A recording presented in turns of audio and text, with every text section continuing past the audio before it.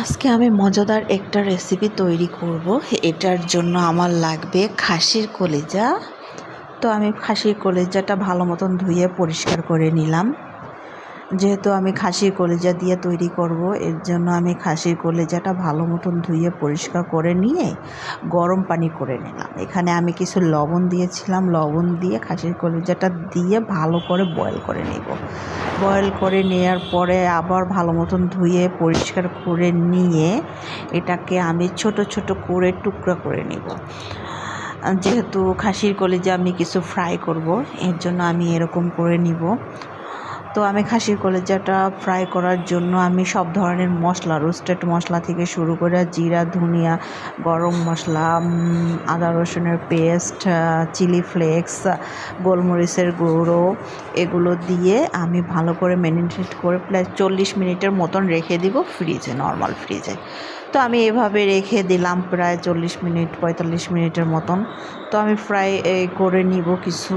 তো এর জন্য আমি তেলের উপর কিছু পেঁয়াজ দিয়ে এটা ফ্রাই করে নিলাম। দেন একটু পানি দিয়ে এটা সিদ্ধ করে নেব ভালো মতন। তো আমি তো একবার বয়েল করে নিয়েছি, তো এটা তো বেশিক্ষণ লাগবে না। তারপর আমি দুইবার অল্প অল্প পানি দিয়ে এটা বয়েল করে নিলাম। তারপর দেন একটু এপিট ওপিট করে খাসির কলিজাটা ভুনা করে নিব আর কি, না যতক্ষণ না পর্যন্ত কোনো পানি থাকবে না আর কি, তেল থাকবে এরকম শুকনা শুকনা ভাব। তো এটা খেতে না অন্যরকম একটা টেস্ট। তো এর জন্য আমি উপর দিয়ে একটু সামান্য চিলি ফ্লেক্স দিয়ে দিলাম। তো এটা হলো আমার ফাইনাল লুক, খাসির কলিজা ফ্রাই।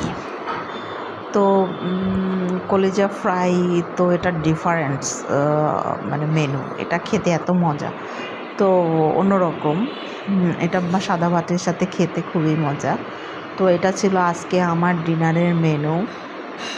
তো আমি এটা সাদা ভাতের সাথে খেয়েছিলাম। অন্যরকম টেস্টি আনকমন একটা রেসিপি। আপনাদের যদি ভালো লাগে আপনারাও তৈরি করে খেতে পারেন। তো আমি এটা ছিল আজকে আমার ডিনারের মেনু। তো সবাই ভালো থাকুন, সুস্থ থাকুন। যদি আমার ভিডিও ভালো লাগে লাইক কমেন্ট শেয়ার করে দিয়েন।